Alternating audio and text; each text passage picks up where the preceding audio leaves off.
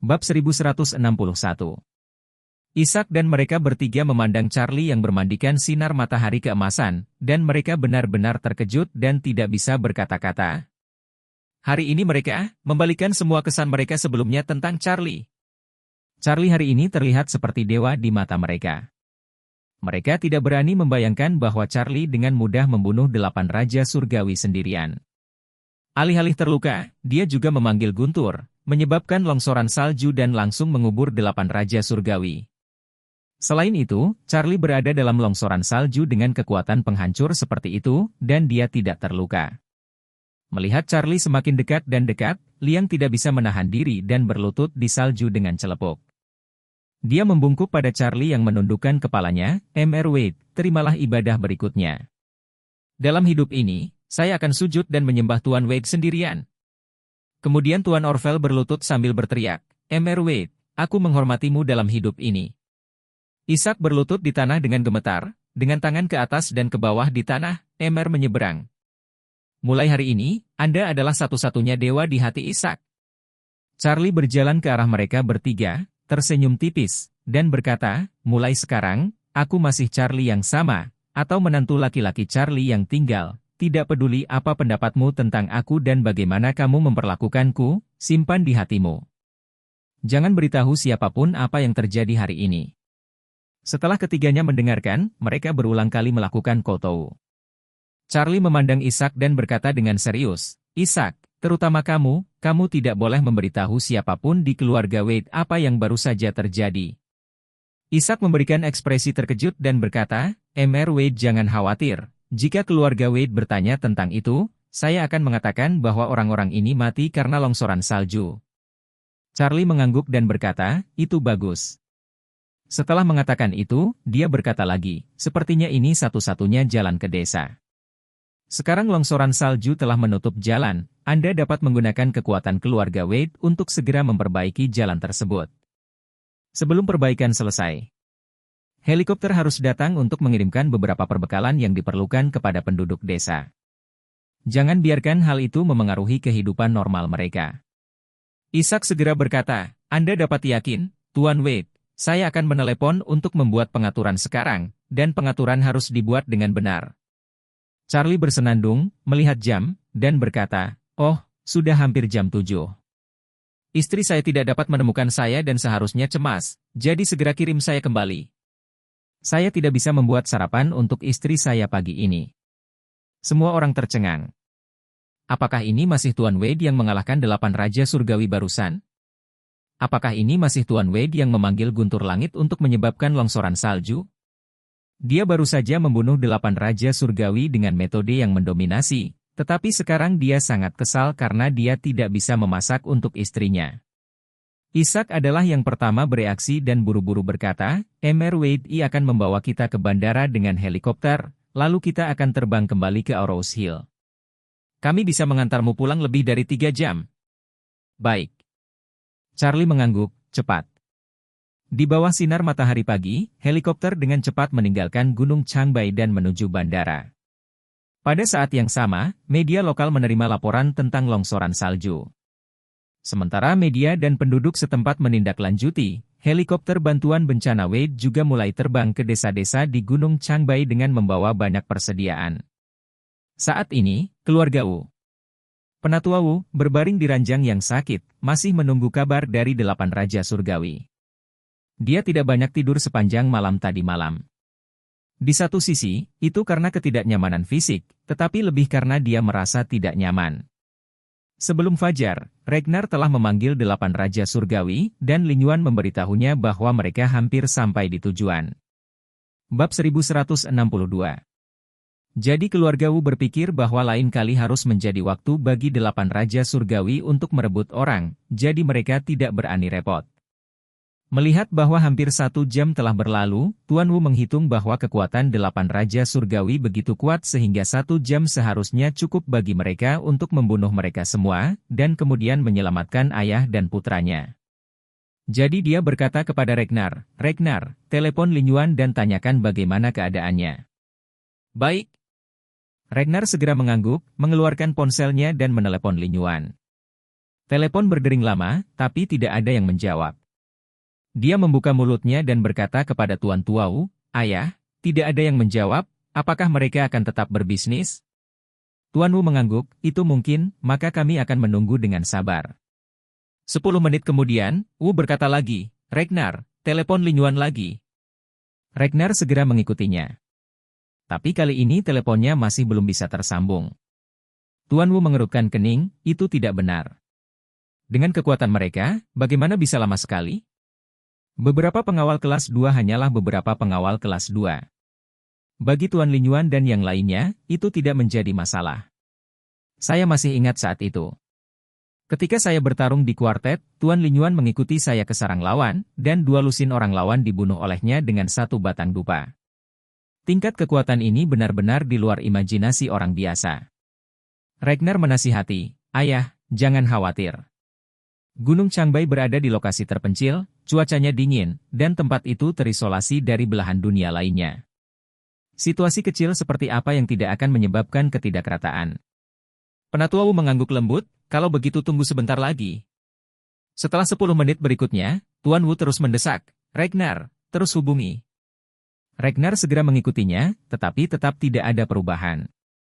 Tuan Wu sedikit cemas sekarang, dia semakin merasa bahwa situasinya sepertinya salah.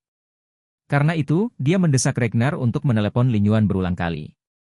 Lin Yuan tidak bisa lewat, jadi dia meminta Ragnar untuk memanggil orang lain di 8 Raja Surgawi. Tetapi panggilan telepon dari beberapa orang lain masih tidak dapat terhubung. Tepatnya, ponsel dapat dihubungkan, tetapi tidak ada yang menjawab. Butuh waktu hampir 1 jam untuk mencapai 8 Raja Surgawi, yang membuat semua orang di keluarga Wu merasakan hawa dingin di punggung mereka. Bagaimana 8 Raja Surgawi bisa lenyap sekaligus? Ini tidak realistis. Bahkan jika 8 Raja Langit Agung menghadapi lawan yang kuat, dengan kekuatan mereka, tidak mungkin tidak ada dari mereka yang bisa melarikan diri. Bagaimanapun, hanya beberapa jam sebelum mereka, salah satu dari 16 orang yang pergi ke Gunung Changbai melarikan diri. Orang-orang itu adalah master kelas 2 biasa yang menggunakan senjata lebih baik dari tinjunya, dan mereka sama sekali bukan ahli seni bela diri. Tidak ada alasan, seorang prajurit super seperti 8 Raja Surgawi tidak bisa melarikan diri setelah pergi ke sana, bukan? Tuan Orvel gugup, dan bahkan napasnya menjadi sangat cepat.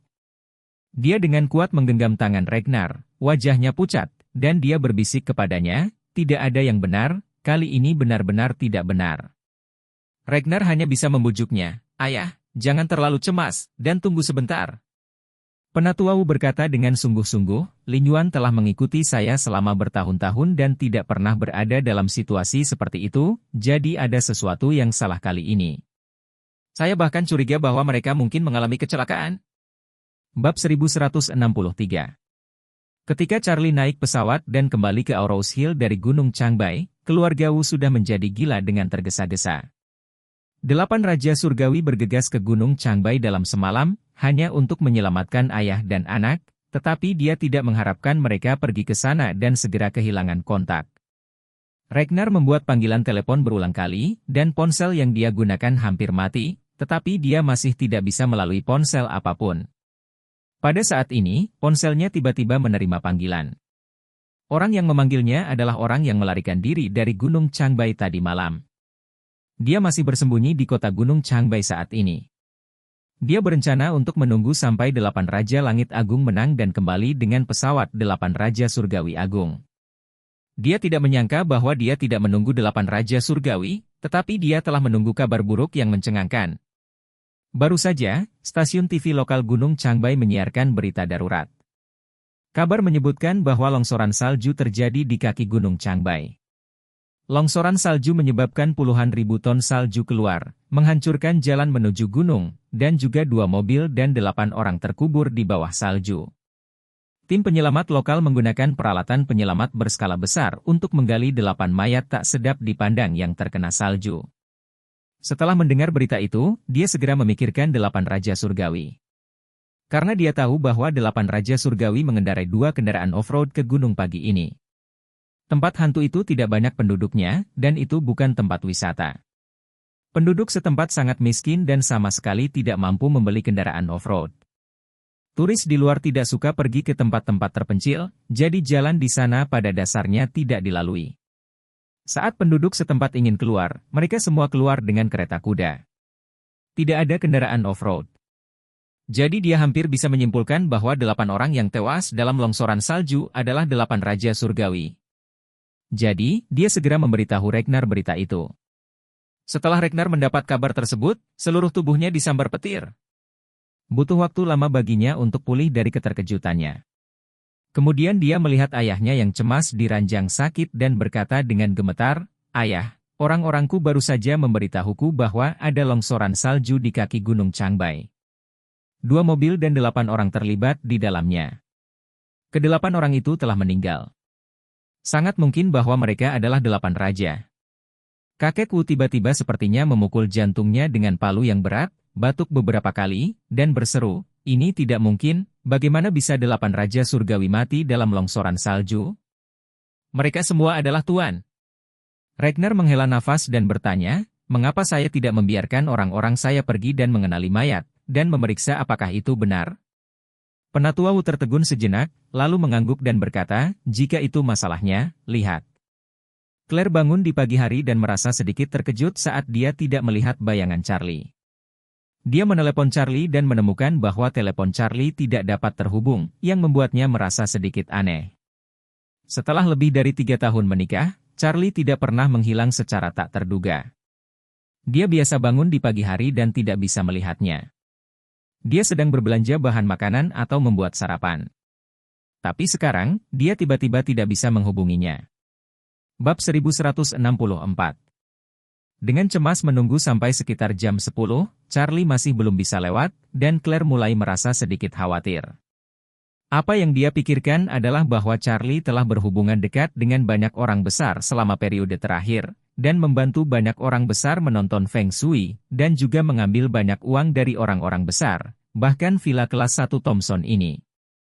Sebelumnya, Claire selalu takut Charlie akan mengalami badai petir, seperti halnya produk keuangan yang menggelegar itu, dan tiba-tiba reputasinya akan bangkrut. Jika kredibilitasnya benar-benar bangkrut, orang-orang besar itu pasti tidak akan mengampuni dia begitu saja. Tepat saat Claire memikirkannya, Charlie menelepon. Begitu Claire menjawab telepon, dia berseru dan bertanya, "Hei, Charlie, dari mana saja kamu?" Charlie baru saja turun dari pesawat saat ini dan akan naik helikopter, jadi dia berkata kepada Claire, "Istri saya menunjukkan teman Feng Shui pagi ini. Feng Shui mereka cukup aneh, jadi saya tidak bisa menggunakan ponsel saya untuk memancarkan radiasi. Yang mempengaruhi penilaian keberuntungan Feng Shui, jadi saya mematikan telepon. Apakah Anda melihat Feng Shui lagi?" Claire hanya merasa kepalanya sangat besar. Dia berkata, "Charlie, bukankah kita mengatakannya? Cobalah untuk tidak menunjukkan Feng Shui kepada orang lain di masa depan." Charlie buru-buru berkata, "Istri saya, kali ini saya tidak membantu orang-orang besar untuk menonton Feng Shui, tetapi membantu teman dari lembaga kesejahteraan saya sebelumnya. Dia mengalami nasib buruk baru-baru ini, jadi dia meminta saya untuk datang dan melihat-lihat. Saya dapat mengambil uang darinya tentu saja." Claire menghela nafas lega ketika dia mendengar dia mengatakan ini, dan bertanya, "Lalu kapan kamu akan pulang?" Charlie berkata, "Saya akan tiba di sana sekitar 20 menit setengah jam." Claire berkata dengan cara yang nyaman, "Itu bagus, aku akan menunggumu di rumah." Helikopter Isaac segera membawa Charlie, Orville dan Liang ke kota. Ketika dia mendekati Villa Thompson, Charlie berkata kepada Liang, "Liang, saya akan membawa pengacara itu ke WS Pharmaceutical jika saya punya waktu besok. Setelah kami menandatangani kontrak, saya akan memberikan obat perut yang baik." Liang berseru, "Mr. Wade, aku telah bersumpah untuk sujud padamu dalam hidup ini. Anda membantu saya mengambil kembali farmasi Wei. Saya bersedia menyerahkan semua saham WS Pharmaceuticals kepada Tuan Wade." Charlie melambaikan tangannya dan berkata dengan ringan, "Saya sudah mengatakan bahwa saya ingin 80% dari obat-obatan Wei. Tidak peduli berapa harganya, saya tidak akan menginginkannya, tetapi tidak peduli seberapa sedikit, saya tidak bisa berjanji untuk memberikan resep dan menyimpannya untuk Anda. 20%, saya tidak akan pernah membiarkan Anda menderita, jadi Anda tidak ingin memberitahu saya apapun, beri saya hal-hal seperti itu." Hati Liang bergetar. dan dia buru-buru mengepalkan tinjunya dan berkata, Liang ingin mengikuti ajaran Tuan Wade. Charlie mengangguk, lalu memandang Orville dan Isaac. Kalian berdua kembali, ingatlah untuk tidak memberitahu siapapun tentang ini. Bapak. Wade, saya mengerti. Ini baik. Charlie mengangguk puas. Melihat bahwa dia hampir sampai di area Villa Thompson, dia berkata kepada Isaac, mari kita mendarat di lapangan golf. Saya akan berjalan di atas lapangan golf. Oke guru. Setelah Charlie bergegas pulang, Claire tidak dapat membayangkan bahwa suaminya dengan tergesa-gesa berangkat dari Aurous Hill pagi ini, pergi ke Gunung Changbai lebih dari 2,000 km jauhnya, di kaki Gunung Changbai, dan membunuh 8 penjahat dengan darah di tangan mereka.